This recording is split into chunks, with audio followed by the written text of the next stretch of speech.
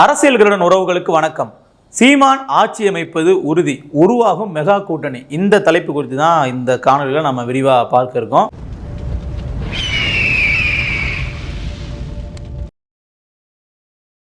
நாம் தமிழர் கட்சியானது ஒரு சீரிய வளர்ச்சியோட தொடர்ச்சியாக ஏறுமுகத்தில் பயணிச்சுட்டு இருக்கக்கூடிய ஒரு பிரதான கட்சி தமிழகத்தில்.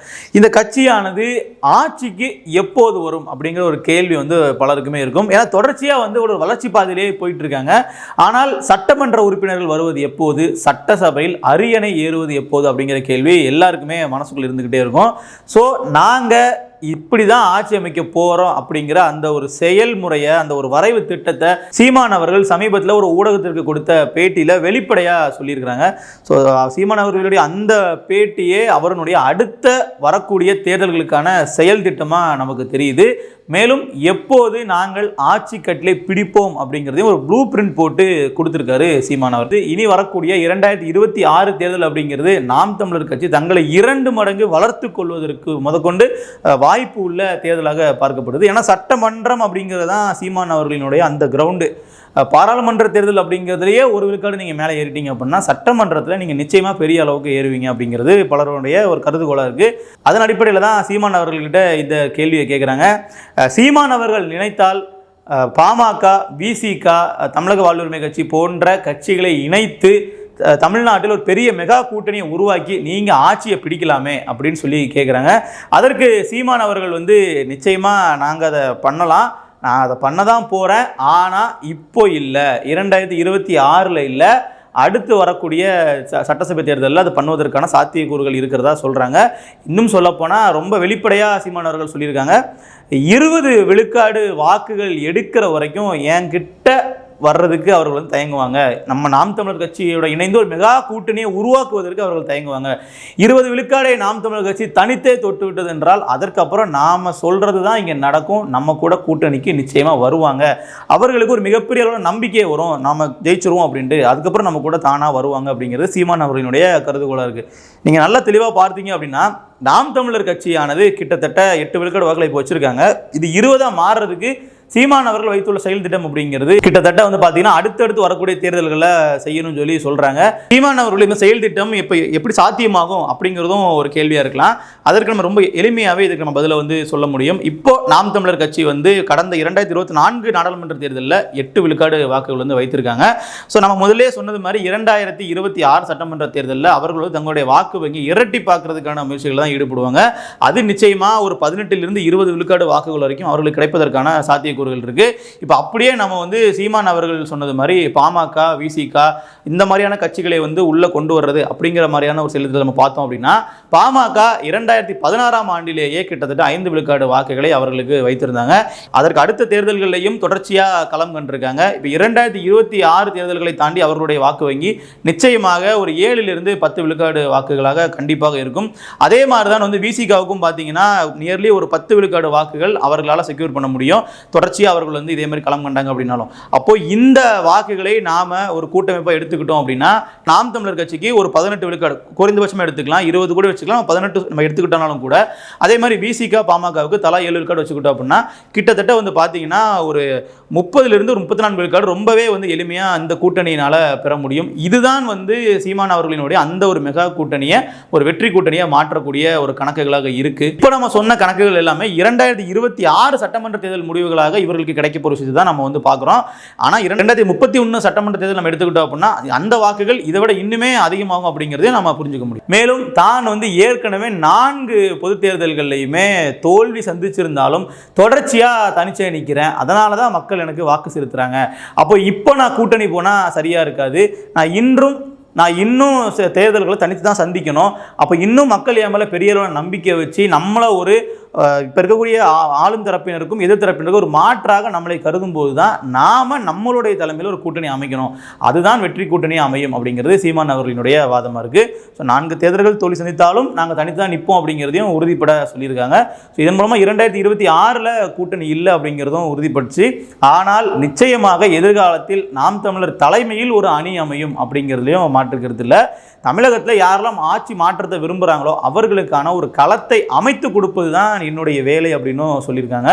மேலும் இதை சீமான் அவர்கள் சொல்லும்போது ஒரு சொலவடையோட சொல்லியிருக்கிறாங்க. வளரும் முறை மறைந்தே இரு, சிறகை விரித்த பின் சிரி அப்படிங்கிற மாதிரி. அதாவது நாம் ஒரு குறிப்பிட்ட விழுக்காடு வாக்கு வங்கியை அடையும் முறைக்கும் நாம் வந்து அமைதியாக இருக்கணும், அதுதான் நமக்கு நல்லது அப்படிங்கிறதான் சீமானுடைய பேச்சினுடைய சாராம்சம். ஸோ அவருடைய செயல் திட்டம், அவருடைய ஏம் அப்படிங்கிறது இந்த 20 விழுக்காடு வாக்கு வங்கியாக தான் இருக்குது. அதையும் தனித்து நின்று அவர்கள் வந்து அடையணும் அப்படிங்கிறது அவருடைய செயல் திட்டமாக இருக்குது. எது எப்படி இருந்தாலும் இன்னும் சில தேர்தல்களில் நிச்சயமாக இதே வேகத்தில் பயணித்தாங்க அப்படின்னா அந்த வாக்கு வங்கியை அடைஞ்சிருவாங்க அப்படிங்கிறதுல மாற்றுக்கிறதே இல்லை. ஸோ இப்படியாக நாம் தமிழர் கட்சி தங்களுடைய அந்த செயல் திட்டத்தையும் ஸ்ட்ராட்டஜியும் வெளிப்படையாக மக்கள் மன்றத்தில் வைத்து தேர்தல்கள் சந்திக்கிறாங்க.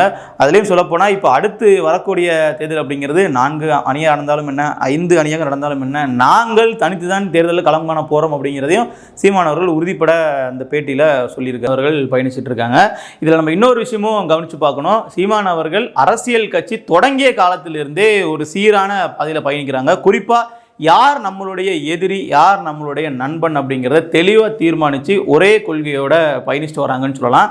குறிப்பாக இப்போ நீங்கள் நாம் தமிழர் கட்சி எடுத்துக்கிட்டீங்க அப்படின்னா விசிகாவையோ பாமகவையோ தமிழக வாழ்வுரிமை கட்சியவோ இந்த மாதிரியான கட்சிகளை தங்களுடைய எதிரிகள் அப்படின்னு சொல்லி அவர்கள் காட்டியதே கிடையாது. அவர்களுக்கு எதிராக அரசியலை களத்தில் செய்ததும் கிடையாது.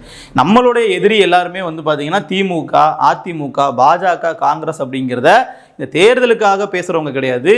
ஒட்டுமொத்தமாக அரசியல் கட்சி ஆரம்பித்த நாளில் இருந்தே அதை வந்து பின்பற்றிட்டு வர்றாங்க.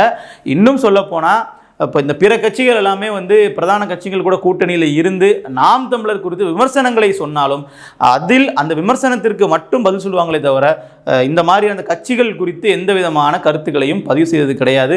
மாறாக கட்சியினுடைய ஆதரவாளர்கள் அந்த கருத்துக்களை பேசினாலும் சீமான் அவர்கள் இவர்கள் நமக்கு நட்பு சக்திகள் அப்படிங்கிற ஒரு அரவணைச்சு போகக்கூடிய இன்க்ளூசிவ் பாலிடிக்ஸ் மட்டும்தான் பண்ணிட்டு வந்திருக்காங்க அப்படிங்கிறது நமக்கு தெரிய வரும். ஆனால் அதே சமயத்தில் கருத்தியலாக எந்த இடத்துலையும் இவர்கள் தங்களை வந்து சமரசம் செய்து கொண்டதே கிடையாது. அது திமுகவாக இருந்தாலும் சரி, அதிமுக அவர்கள் மிகப்பெரிய கட்சிகளாக இருக்காங்க, அவர்கள் வந்து ஆளும் தரப்பாக இருக்காங்க, அவர்கள் வந்து மத்தியில் ஆளும் கட்சியாக இருக்காங்க, அவர்களுக்கு எதிராக பேசினா நமக்கு வழக்கு வரும் அப்படின்றதுக்காக தங்களுடைய கொள்கையை சமரசம் செய்து கொண்டு அவர்களோட கூட்டணி போகிறதோ இல்லை இடம் சுமூகமான போக்கை கடைபிடித்ததோ இந்த மாதிரியான விஷயங்கள் எதுவுமே நாம் தமிழ் செய்தது கிடையாது அப்படிங்கிறதே நாம் கவனிக்கணும். அதாவது ஒரே நேரத்தில் பாஜகவும் எதிர்ப்பாங்க, திமுகவும் எதிர்ப்பாங்க. இவங்க 2 பேரும் ஒருத்தருக்குள்ள சண்டை போட்டுக்கிட்டாலும் இவங்க 2 பேருமே வந்து ஒரே அணி தான் எங்களுக்கு அப்படிங்கிற கொள்கையை முன்வைக்கக்கூடிய ஒரு கட்சியாக நாம் தமிழர் இருப்பாங்க. அதனாலேயே வந்து பார்த்தீங்கன்னா அவர்கள் தரப்புலேருந்தும் இவர்களுக்கு எதிர்ப்புகள் வரும், பாஜக தரப்புலேருந்தும் எதிர்ப்புகள் வரும். இப்படியாக அரசியல் களத்தில் தமிழ் தேசியம் அப்படிங்கிற கருத்தியலை மையப்படுத்தி அதற்கு எதிர்க்கட்சியாக இருக்கக்கூடிய அனைவருமே ஒரே பார்வையில் ஒரே தராசில் வைத்து அரசியல் செய்யக்கூடிய ஒரு ஒற்றை கட்சியாக நாம் தமிழர் இருக்கு. இதுதான் இந்த ஒரு கொள்கை உறுதிப்பாடு தான் நாம முதல்லயே பார்த்த சீமான் அவர்களுடைய அந்த செயல்பாட்டிற்கு, அந்த அரசியல் செயல் திட்டத்திற்கு ஒரு அடிக்கல் இருக்கு, அதற்கு அடிப்படையாக அமைஞ்சிருக்கு அப்படிங்கிறத நம்மளால புரிஞ்சுக்க முடியும். சரி, இந்த அளவுக்கு ஒரு கொள்கை உறுதிப்பாடோடு இருக்கக்கூடிய கட்சிக்கு மக்கள் எந்த அளவிற்கு வந்து ஆதரவு அளிக்கிறாங்க, எப்போ வந்து வெகுஜன மக்கள் வந்து நாம் தமிழ் பக்கம் வருவாங்க அப்படிங்கிறது ஒரு மிகப்பெரிய ஒரு கேள்வி. ஆனால் ஏற்கனவே இதற்கு கடந்த தேர்தல் முடிவுகள் பதிலளிச்சிருக்கு அப்படிங்கிறத நம்ம பார்க்கணும். அதாவது சீமான் அவர்களுடைய அந்த 20 விழுக்காடு வாக்கு டார்கெட் பண்ணி போகக்கூடிய விஷயங்கள் இனி அடுத்து வரக்கூடிய தேர்தல்களில் நாம் தமிழ் கட்சி பண்ண இருக்காங்க. ஆனால் கடந்த தேர்தல்களிலேயே பெரும்பான்மையான மக்களினுடைய வாக்குகளை தனித்து நின்று வாங்கி தங்களை நிரூபித்து காட்டியிருக்காங்க அப்படிங்கிறதையும் நம்ம சொல்லணும்.